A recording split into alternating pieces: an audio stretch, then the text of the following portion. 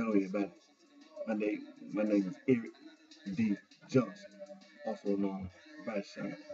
I live right here in the city of Memphis in the state of Tennessee in the county of Shelby. And today's date, early morning, Monday morning, July 25th, 2016. Time 4:55 a.m. First, I thank you to all my fans, my support for your continued encouragement and support. I continue to keep myself employed right here in this Memphis tri-state area. I'll continue to further my education at Monroe College online, pursuing my associate's degree studying business administration with a concentration in marketing. On today's video, we're going to continue to talk about African traditional religion. As you know, today, African traditional religion is being taught. It is being taught at institutions of higher learning, colleges, universities in sub-Saharan Africa. You can earn a bachelor's degree, you can earn a master's degree, you can earn a PhD in African traditional religion. Where is sub-Saharan Africa? Well, let's get a map. And the music you hear in the background right here is African hip hop. I'm gonna turn the volume down.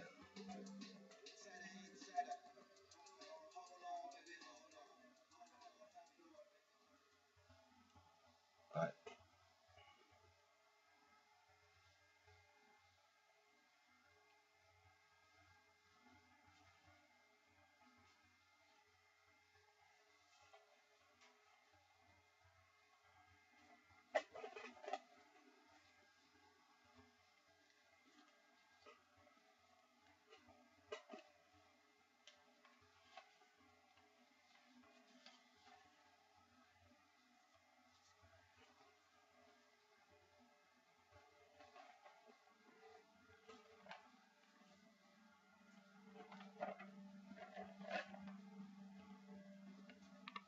Now, this is what you refer to as called a language map.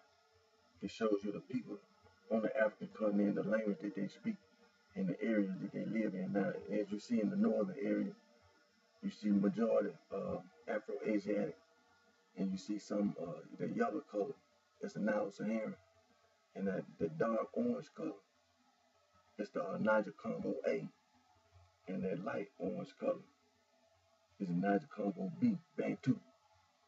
Now, as you see that blue color, that's Afro-Asiatic.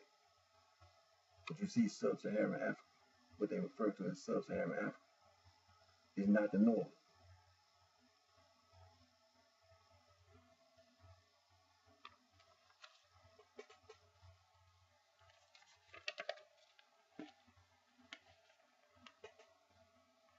Now, this is the other half of the map.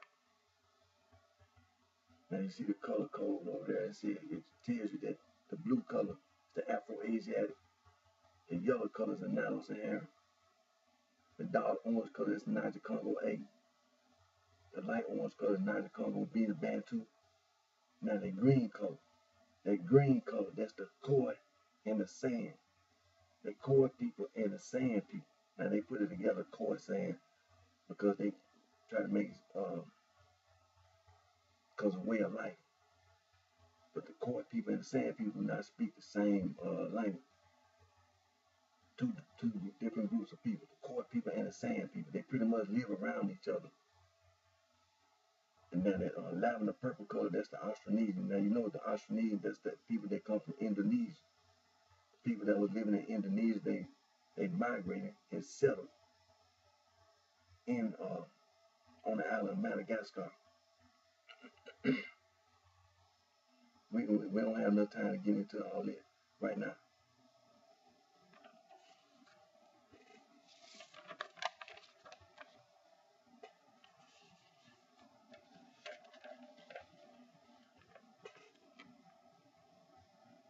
Now, this is another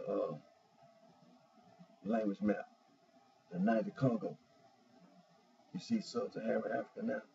It shows you more, it gives you more of a better view of sub-Saharan Africa. This is the Niger-Congo language, the primary branch, Volta Congo, South Volta, Bantu, Bantoid beside Bantu of the East Benue Congo, West Benue Congo, and your Quay. That's all in the South Volta category. Then you have your North Volta, Crew, Sanu folk, your Gur Volta language, your Adamawa, your Bungian language. Then you have your other primary language branches, your Kordofan, your Mandi, your Atlantics, and at the bottom of the map, when I copied this map, a little part of it got cut off down at the bottom, but that's the Dogon. That's the Dogon.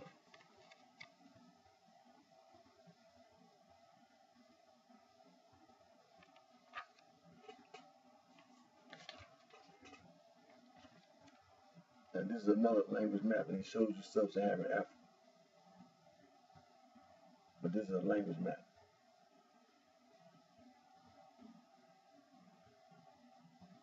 The Niger Congo language map.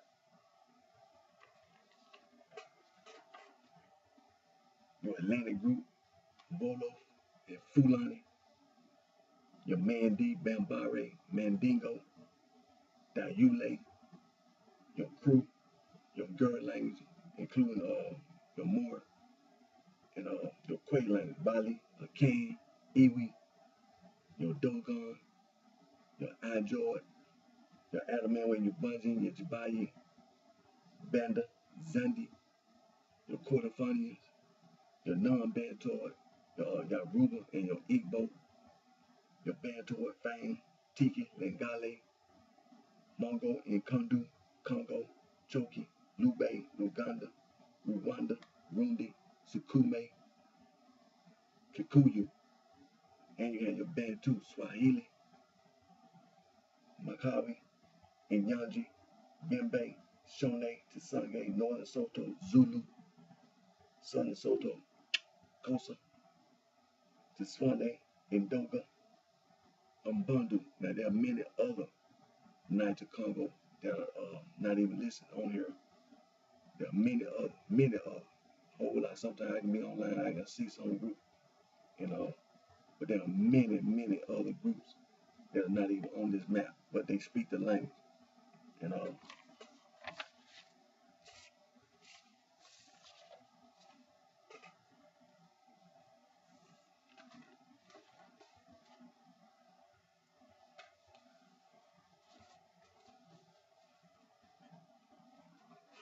So let us say that when we refer to sub-Saharan Africa, we know that African traditional religion is being taught in sub-Saharan Africa. One few things I want to bring up just for I'm not going to take about a minute. First thing I want to bring up is that we was talking about President Barack Hussein Obama being in the White House, and we have the protests. We as African Americans and many other people who are non-African American who also be involved and participate in the protests around the country and marching and speaking out about the police, the white police, being specific, the white police, Caucasian, whatever you want to call them, Europeans, white, European, Caucasian, murdering, killing African Americans, Black Americans, Negroes, any niggas, whatever you want, whatever you want to refer to, coons, and bring up anything, being murdered and killed, our civil rights and our human rights being violated. Now, a few weeks ago, President Barack Hussein Obama had a town hall meeting. And it was about the white police, Caucasian, things of that nature, murdering African Americans, Black Americans, who be out here driving around, being racially profiled, being stopped, understand, and then being murdered by the police, and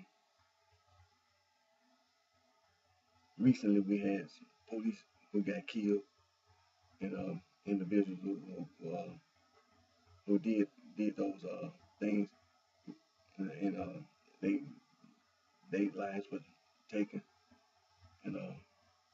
But we know it wasn't no accident. It was deliberately done. It was deliberate, and it wasn't no accident. Just like the police, when they deliberately kill a African American motorist or just an African American peer, you know, could be a little child like Tamir Rice, or you know, getting killed by a white police officer. You know, like I say, he had a town hall meeting. So let me ask you this. This is the question I want to ask all those who are listening. This is the question. What is President Barack Hussein Obama doing right now? See, it be individuals who be claiming they want to support Barack Obama and all this. Okay, this is the question. This is the question for everybody listening. What is Barack President? Make sure we put emphasis, because he's an African American. He claimed he's an African American because his daddy was a Luo, Nilo-Saharan from Africa, and his white mom who lived over here. She from Kansas somewhere. White Caucasian woman, and they met over there in Hawaii, and she got pregnant and she had a child, you know, her first child, and he was raised over there in Hawaii. He was raised in Hawaii. He wasn't raised over here with the rest of the niggas over here in mainland America. He was raised on the island of Hawaii. Then when his parents broke up, his white mama was still in school. She met this Indonesian man at school in Hawaii. Then they went to Indonesia. So that's where he was raised. But this is the question. Since the town hall meeting, and you know, we know that there were 2 African American men that sparked, you know, they were murdered by white police, and there was some protests, and still protesting now. Philando Castile and Alton Sterling, they were murdered by white police. Now, this is the question. What is President Barack Hussein Obama doing right now? What is he doing to stop these white police from violating the civil rights and the human rights of the black African American community? What is he doing right now? What is he doing? For all y'all that want to support him, talking about he's a good president, what is he doing right now? Answer that question. What is he doing right now? And also, like Congressman Elijah Cummings, he was upset. He was upset about the motorists being murdered. Black motorists got murdered. He got upset. He got so upset he told the white FBI director to do something about it. But yet and still, he didn't say anything to Barack Obama, President Barack Hussein Obama. He's the president. He is the president. He appointed the white director. He put him in a position to be the director of the FBI. So Elijah Cummings gonna tell the director of the FBI to do something about this. But yet and still, President Barack Hussein Obama, who claimed to be an African American, he tells you I'm an African American because his dad was a Luo, a Nilo-Saharan, to do something about this. He didn't tell Barack Hussein Obama to do something about it. So what is he doing right now? What is President Barack Hussein Obama doing about white, European, Caucasian police officers killing, murdering African American, Black American citizens? What is he doing? Now, the second thing I want to bring up before I start my reading is that I was watching Voice of America, Africa 54, and I pretty much regularly watch Africa 54 all day. And excuse me, they had brought up, they had reported some positive positive news about the HIV/AIDS virus, and that mothers who get pregnant, mothers who get pregnant and who may be infected with the AIDS virus, HIV virus. Uh, there's been some positive news being reported that the medical field is making some strides in trying to prevent pregnant mothers from passing, transmitting, uh, the disease being when a mother has AIDS or HIV and it somehow end up pregnant. The unborn child, the unborn child, because of medical research, the child can be born without having the AIDS virus or the HIV. And so that was some positive news that was reported. I was watching Voice of America, Africa 54, and they was reporting about the AIDS and how the mothers who get pregnant and the children, that they carry, the unborn child that they carry, the medical field has done medical research to prevent the spread of the HIV/AIDS virus to that unborn child. And we're gonna go to our read. Um,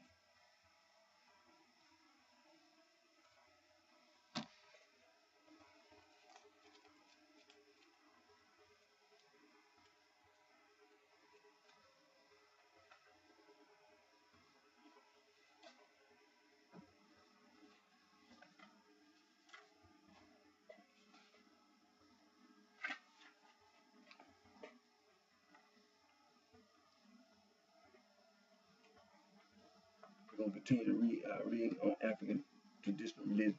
We're gonna be reading from the book titled West African Traditional Religion, written by Dr. Joseph Omaseda Awolelu and Dr. P. Adelumo Dopemu.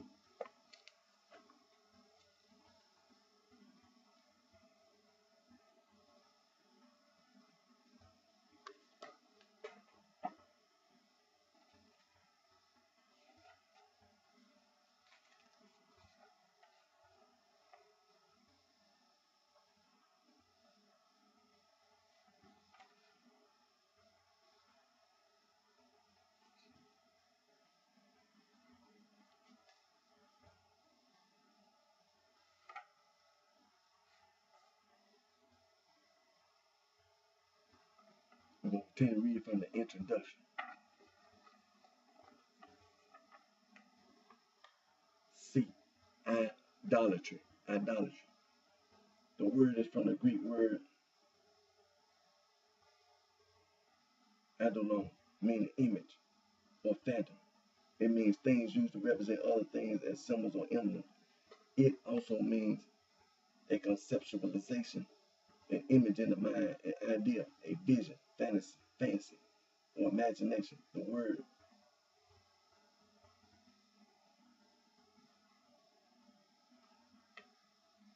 idolon was later used to connote that which is false or unreal, a false god or image of the mind, a false mental conception, or a false representation of other things.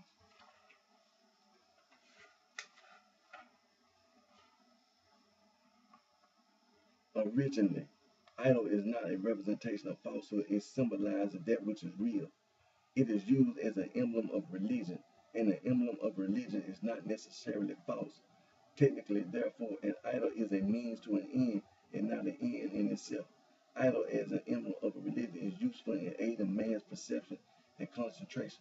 The emblems have no separate existence. They can be destroyed, changed, replaced, or get rotten. They are only significant in the sense that they represent spiritual entities.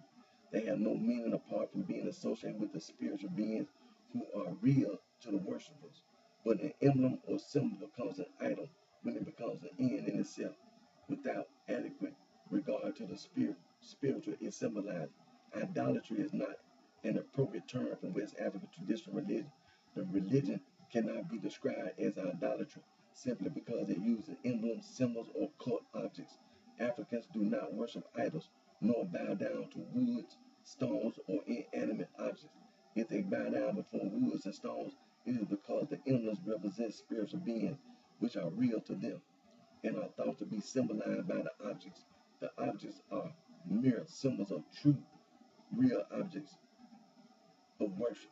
This is recognized in the fact that whatever happens to the material object does not affect the nature and character of the spiritual being concerned. Whether changed or destroyed, the spirit is still and always there.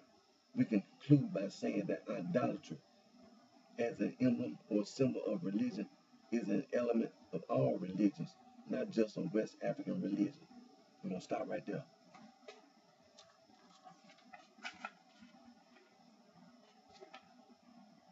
We just got through reading from the introduction, and we've been reading from the book titled West African Traditional Religion, written by Dr. Joseph Omasede Ebalelu and Dr. P. Adalumo Dopemu, in the book titled West African Traditional Religion.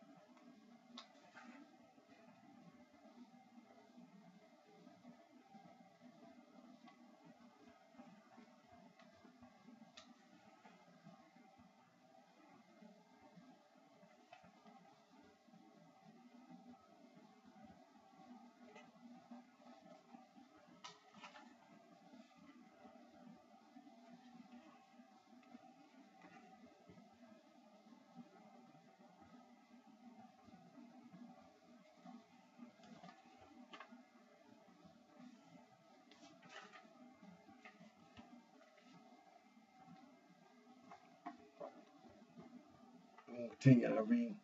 We're going to be reading from the book titled African Traditional Religion, written by African Traditional Religion, a definition, written by Dr. E. Baloja Adowu.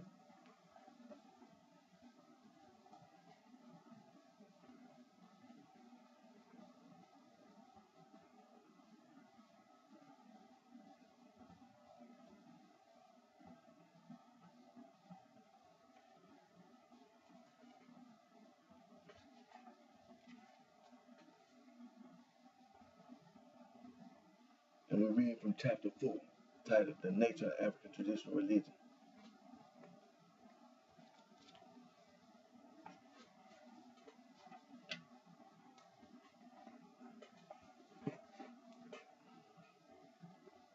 C.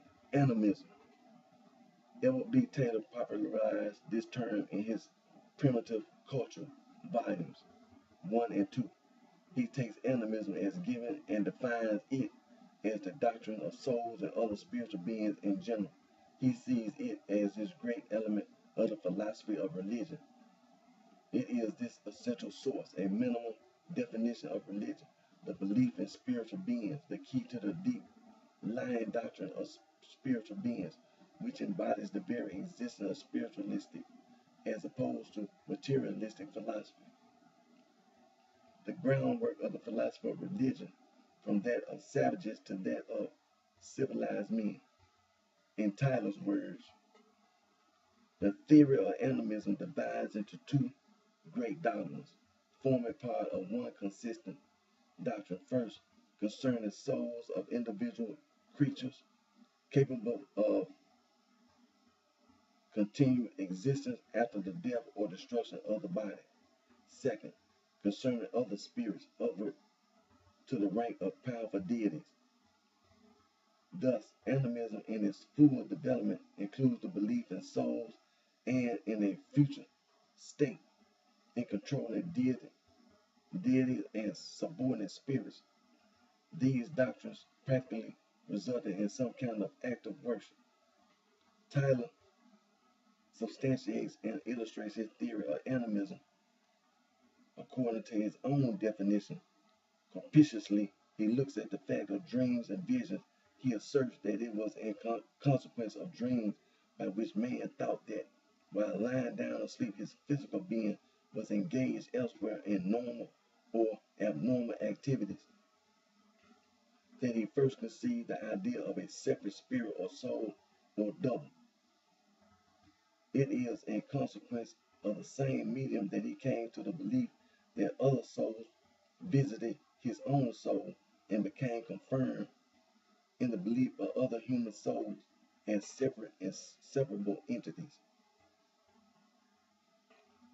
It is especially when the body is asleep that the soul goes out and wanders. Another part has a place here. The view that human souls come from without to visit the sleeper, who sees them as dreams. The apparition of human soul bears the likeness of its fleshly body, is the principle implicably accepted by all who believe it really and objectively present it in dream or vision. My own view is that nothing but dreams and visions could ever put into man's mind such an idea as that of souls being eternal images, no, ethereal images of bodies. He looks at the existence of death, experience of death. There is something which makes a man a living being when that something is no longer present in man. The physical frame may remain all complete, but the something that is missing makes all the difference between the living and the dead. What is this something? What becomes of it after leaving the body? The apparition of the disembodied soul has in all ages been thought to bear a special relation to its departure from its body at death. It is naturally admitted that a man's phantom or double may be seen without pretending anything in particular. Thus, it came to be that the original conception of the human soul seems to have been that of ethereality or vaporous materiality. Departing the body at the time of death, the soul or spirit is considered set free to linger near the tomb, to wander on earth.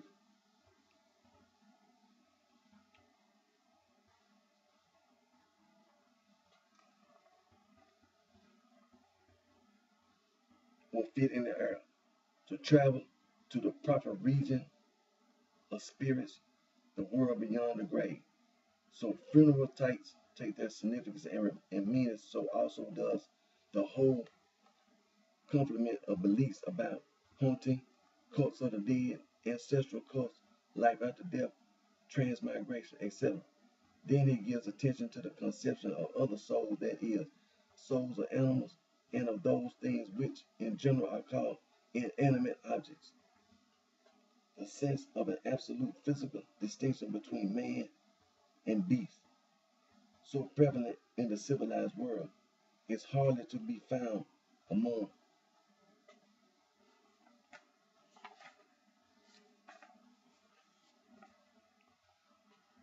lower races.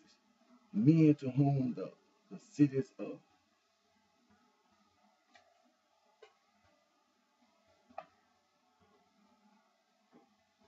to men whom the cries of beasts and birds seem like human language, and their actions guided as it were by human thought, logically enough allow the existence of souls to beasts, birds, and reptiles as to men. Plants partaking with animals, the phenomena of life and death, health and sickness, not unnaturally have some kind of soul ascribed to them. Tyler maintains that it is the doctrine of souls that give birth to the wider doctrine of spirits and thus transformed itself to a complete philosophy of natural religion. He outlines the stages of the development until he comes to the point in which spirits began to be regarded as personal causes of phenomena of the world for good or for evil. A world of spirits came into being, spirits of every area, aspect, or activity of life. To the minds of the lower races, it seemed that all nature is possessed, pervaded, crowded with spiritual beings. These are special spiritual beings directly affecting the life and fortune of man, and spirits is specially concerned in carrying on the operations of nature. The spirits considered directly to affect the life and fortune of man lies closest to the center of the animistic scheme. Such spirits include demons, guardian or familiar spirits, and nature spirits.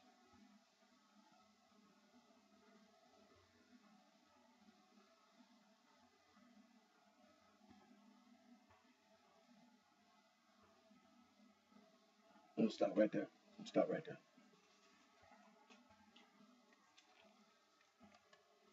Okay.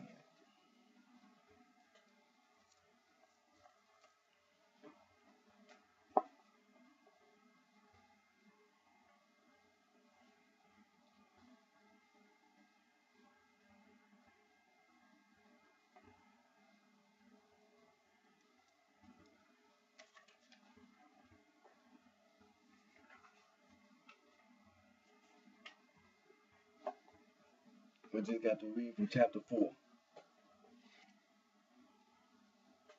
the nature of African traditional religion. We've been reading from the book titled African Traditional Religion and Definition, written by Dr. E. Beloja Adowu.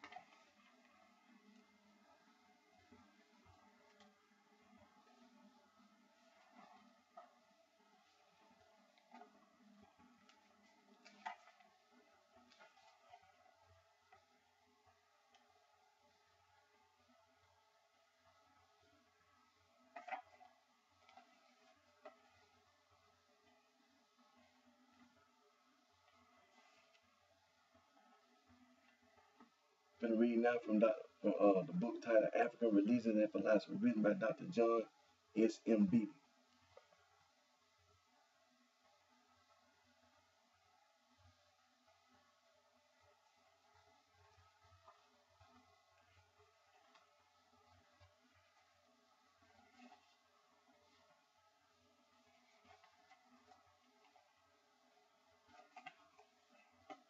And we're going to continue to read from the chapter number 15, titled Specialists, Medicine Men, Rainmakers, Kings, and Priests.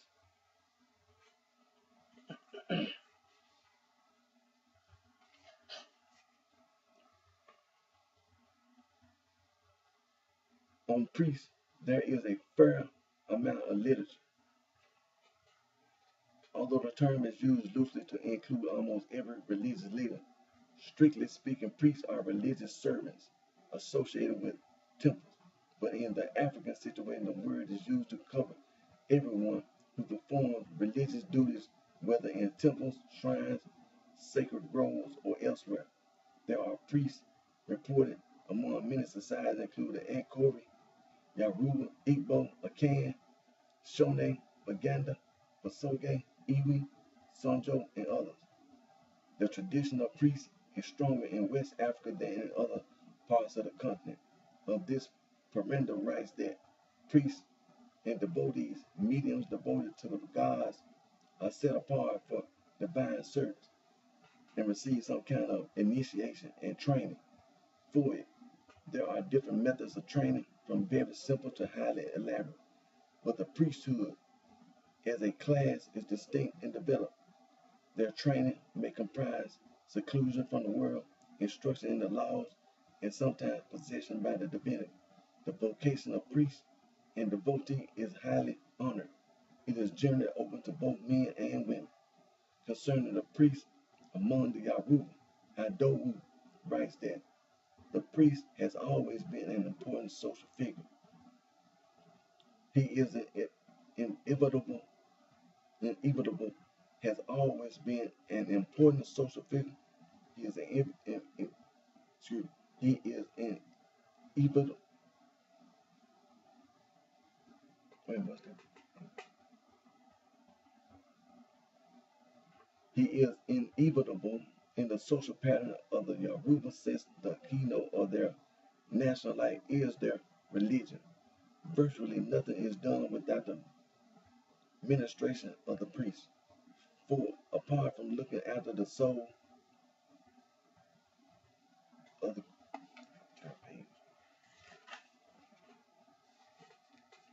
the community, he features prominently in the installation of kings and the making of chiefs. We make a few observations here concerning priests, and readers are referred to appropriate literature for detailed or further studies. The priest is the chief intermediary. He stands between God or divinity and men, just as the king is the political symbol of God's presence.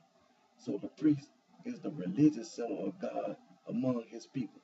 Though we need not stress the religio-political distinction, since both persons are religious specialists, and in some societies one and the same person combines both offices. Among the Iwi, for example, the priests are called by God, then trained, initiated, and finally cleansed or ordained.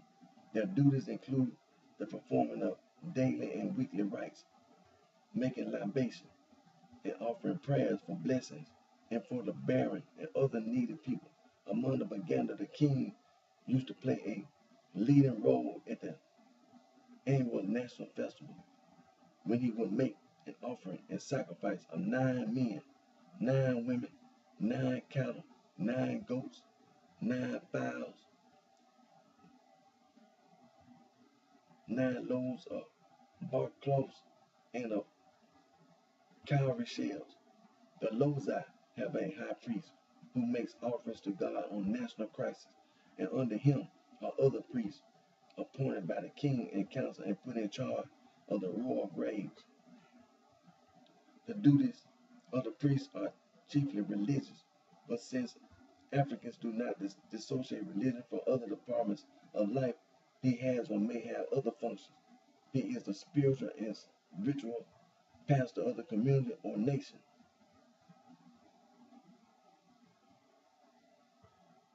It is he who officiates in sacrifices, offerings, and ceremonies relating to his knowledge. He may also contact the spiritual world by acting as a medium or having other individuals as mediums where temples exist. There are often mediums, generally women, who assist in the upkeep of the temple, in addition to being oracles of the divinities or spirits concerned, where lengthy training is part of the preparation for the priesthood. The priests are the depositories of national customs, knowledge, taboos, theology, and even oral history.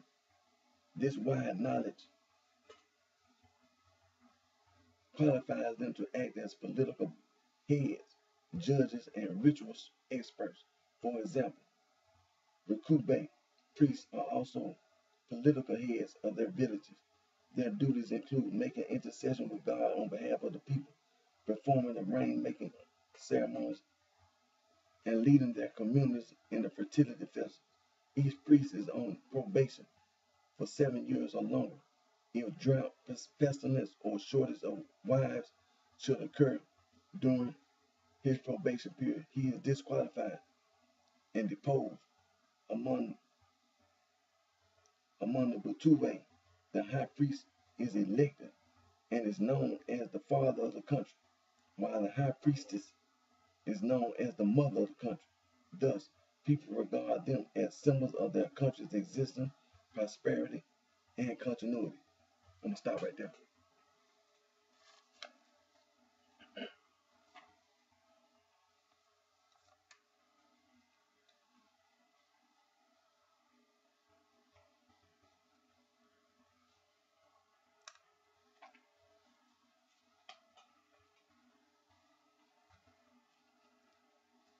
Now we just got to read from the chapter titled Specialist.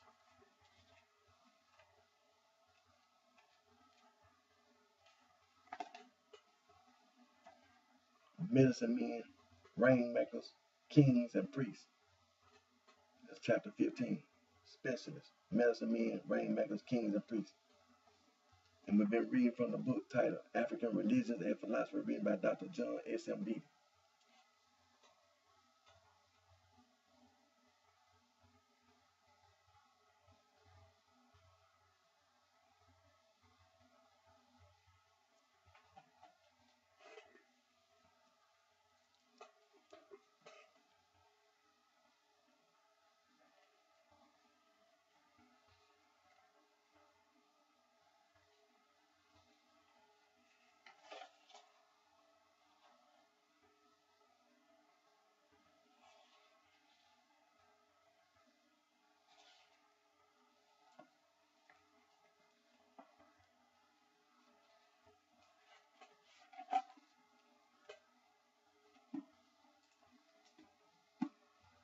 Now we're going to continue our reading from the book titled Concepts of God in Africa, written by Dr. John S.M. Beatty.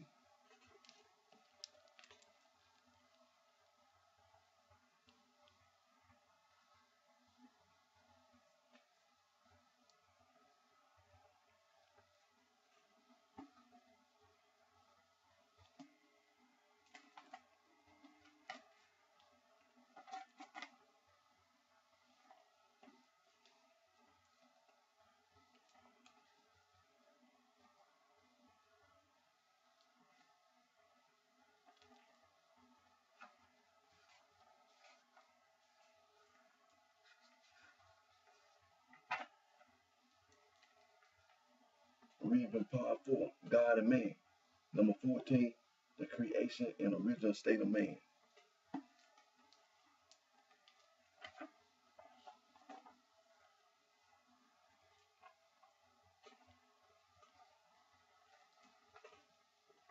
God made man from clay. We have already mentioned that one of the commonest descriptive names for God is maker or potter. This is metaphorical, but at the same time there is myths which describe God as creating man from clay, like a potter. The Bambuti tell in another of their creation story that God made the body of the first man by kneading and then covering him with a skin and poured blood into his lifeless body. Then the first man breathed and lived, and God whispered softly in his ear, "You will beget children who will live in the forest." This man was called Ba'atsi. The Fung believed that when God had set the universe in order and had created animals and vegetation, he then formed the first human beings from clay and water. The Shalluk also tell that God made man out of clay of different colors, which explains the difference in skin pigmentation. Then they gave man legs with which to walk and run, hands with which to plant, grain, eyes with which to see that grain, and a mouth with which to eat it. Afterwards, God gave him the tongue with which to sing and talk, and finally ears so that he may enjoy the sound of music, of dance, and of the talk of great men. Then God sent man out, a complete man. According to the Bodega, God evidently created all mankind as a potter does his pots. But having created the first humans, God showed them how to recreate themselves, this being the only art that man learned directly from his creator, since the other arts he learned from the beings of the wilderness. Many other examples could be cited. Bowman, who has made a study of more than 2,000 creation myths, summarizes this when he says, we must content ourselves by stating that the idea of creation of man from clay is very widespread in Africa. I'm going to stop right there.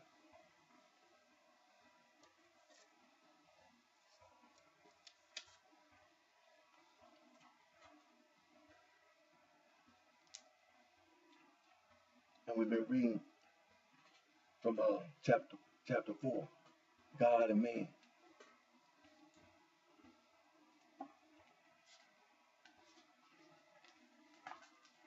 Number 14, the creation and original state of man. And we've been reading from the book titled Concepts of God in Africa, written by Dr. John S.M. Beatty.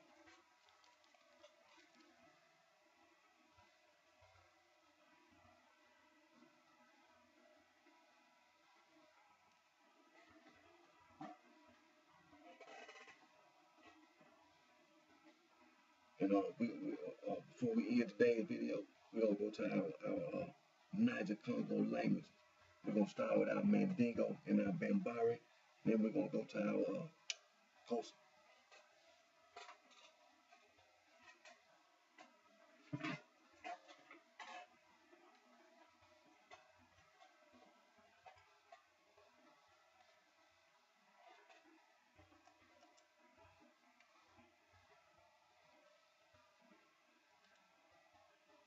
Now, I was able to find a place online where you can go and you can get a basic start on your Mandingo.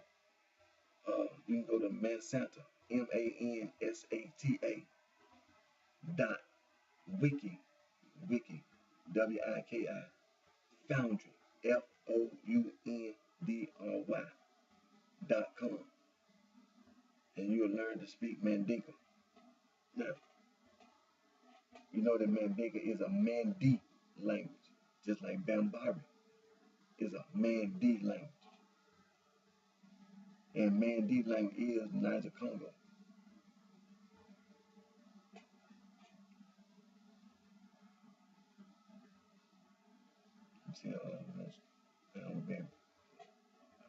Okay, we got some greetings and some parting phrases. In the English, you say farewell. With the Mandinka, you say fu watito. Say good morning. Isame. Good afternoon. Itenyang. Good evening. Irulare. Good night. Suto yidaye. How are you? Koratanati. How is it? Karabi. How are you? Abi in Yadi. And the reply be, I am fine. Tinati. How about your family? Sumoli. They are fine. Sumolu Kantu. I will tell them Mbe Foli. Mbe Foli. And what is your name? Ilonda.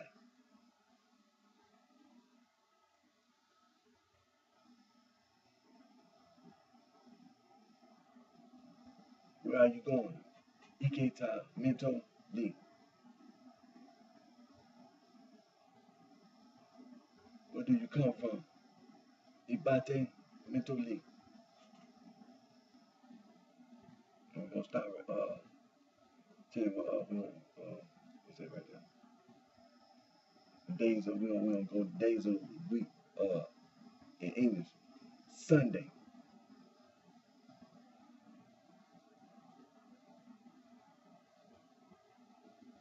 No, that's an H or B. Alahad. B. Alabadi. Or Damaso. Or Damaso. Excuse me. Damaso. Monday. Tanin. Tuesday. Telato. Wednesday. Arabo. Thursday. Aramiso. Friday. Ajomu. Saturday, Sabiti. 1 month, Kerry Kaleen. 1 year, Sanga Kaleen. And we're gonna start right there on that Mandingo. So like I said, for all those listening, you can go to mansanta.wickedfoundry.com and you can get a good start. You can get a basic start on your Mandingo. Now let's go over here to Bambare 101. Now we found we was able to do some research. We was able to find Bambare on 101, learn101.com.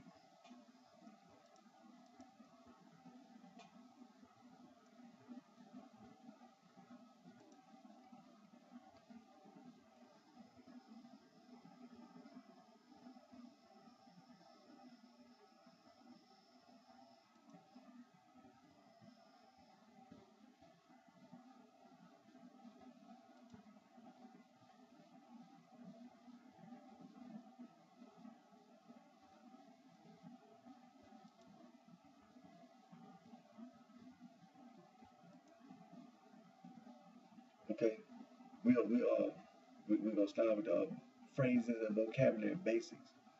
Saying hello any time of day. Anisi, how are you? Are you well? To one person. Akakini way. How are you? Akakini. Fine, thank you. Kini Torati Koti Taneni. Wait, we started over. Hold on, it ain't sounding right. Fine, thank you. Kini Toroti Koti Tanati. What is your first name? Atogo. What is your last name? Ajamu. My name is Nitogo. Thank you. Anisi. You're welcome. Basiti. Yes. Awo. No. Aya. See, I can't go too far. But that's pretty good start.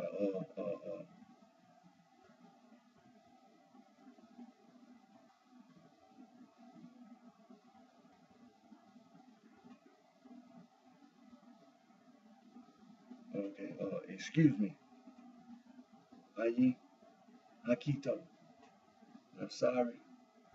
Ayafi inmate. Goodbye. Ki ambin. Goodbye and phone. Entire. Like I said, it's on Bambare 101. It's www.101languages.net. That's Bambare. Bambare Mandi. Mandi is in the Niger Congo. So for everybody listening, that's Bambare. We're gonna go down Kosa.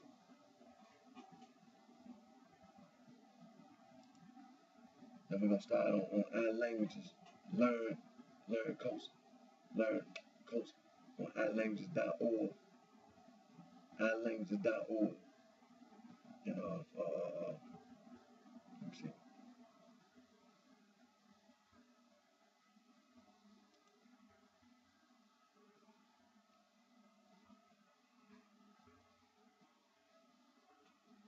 Okay, we're gonna go to phrases, Kosa phrases.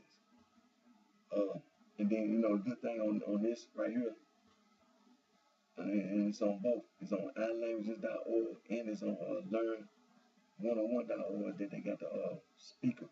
You got to look, put your mouse on there, and you can hear. So hi,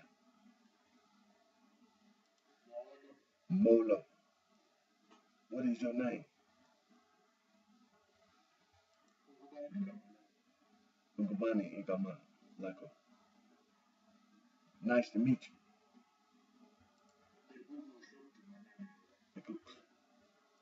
Uh, do that again. Nice to meet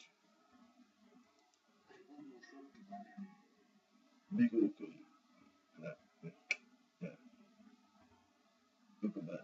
hear that one more time. One more time. I gotta hear it again. Nice to meet you. Got to have that tone right there. Got to have that. But how are you? Kuchani. I'm good, thanks. In the people. In coach. In the feeling. In coach. And you? In John the Winner.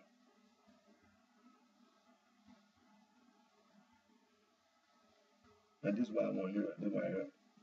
Do you speak English? Kosa.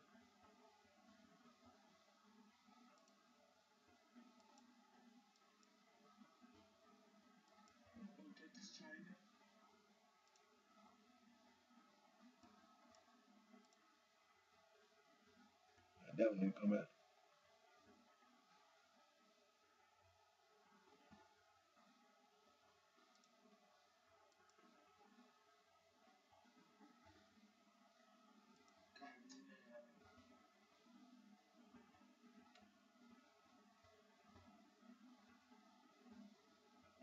But I'm gonna stop right there. But we're gonna go over to we're gonna go to learn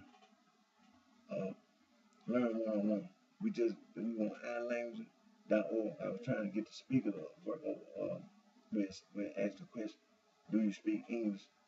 Coast with the thing, come on.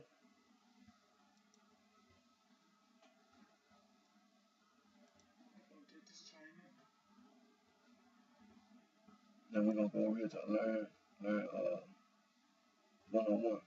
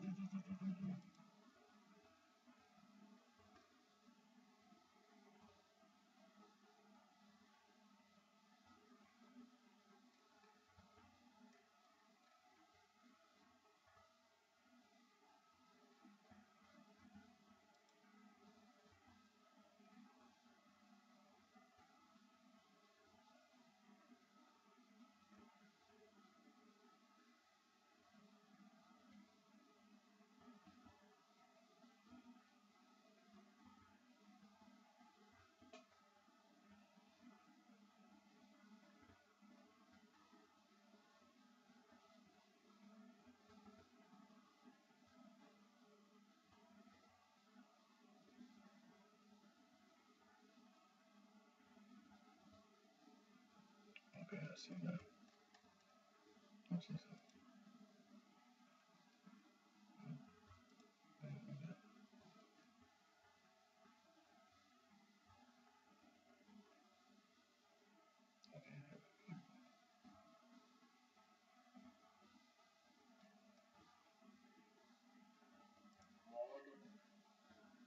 Hi. And we over I had to go over to adjectives on learn101.org. Coach, you go to adjectives. Then you have to scroll down where it said conversation in Kosa. Molo. How are you? Kuchani.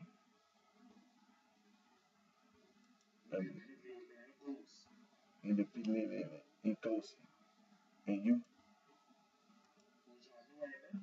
Johnny Bueno. But that's the but like I said, we got the little microphone so if everybody listen, you can practice on your Kosa. Before we end today's video, on a previous video, last week, we were talking about a very serious issue: street gangs and drug gangs. and gangs, uh, and you know, it's not right. It's not right. No street gang, right? Drug gang, not right. And we know that people use these words. Sometimes you have to look up the origin of these words to find out where they come from and find get to the meaning of these words that's used in language, period. And people's behavior, people's actions, behaviors, manners. See, all this comes into play. And reason why you have a street gang and a drug gang. And like I said, because myself as well as many others who are of African descent, our ancestors are Niger Congo, not Nilo-Saharan, not Afro-Asiatic, Niger Congo, Niger Congo. So I encourage, I try to give people to get in contact with the Niger Congo, get in contact with the Niger Congo as soon as possible, and get them informed about these street gangs, these drug gangs, right here in America and in the Western Hemisphere, period. But we talking about since we live right here in America, and we don't exclude right here in this, in the Western Hemisphere, around the world, period. But right here in America, we talking about Chicago, Illinois, and out there on the West Coast, in Los Angeles, California. Get in contact with the Niger Congo as soon as possible and get them informed about this street gang and about these street gang, these drug gangs in Chicago, Illinois, and in Los Angeles, California, and about these gangs, period, in the Western Hemisphere and around the world. See, people use those gangs, these street gangs and these drug gangs, and they use it for intimidation. And we need to get the Niger Congo informed about this as soon as possible. We're going to get ready to end today's video. Again, my name is Eric D. Johnson, also known as BrightShine. Live right here in the city of Memphis. It's in the state of Tennessee. It's in the county of Shell. Thank all my family, my support for your continued encouragement and your support. And I'm going to continue to work on my entertainment and my music interests. And like I said, this weekend, past week, and this week coming, it's final exams, working on passing to the next, passing this class, these classes that I got this semester. So I can take some more class next semester. But until my next video, take care of yourself. Wish each and every one of your very best.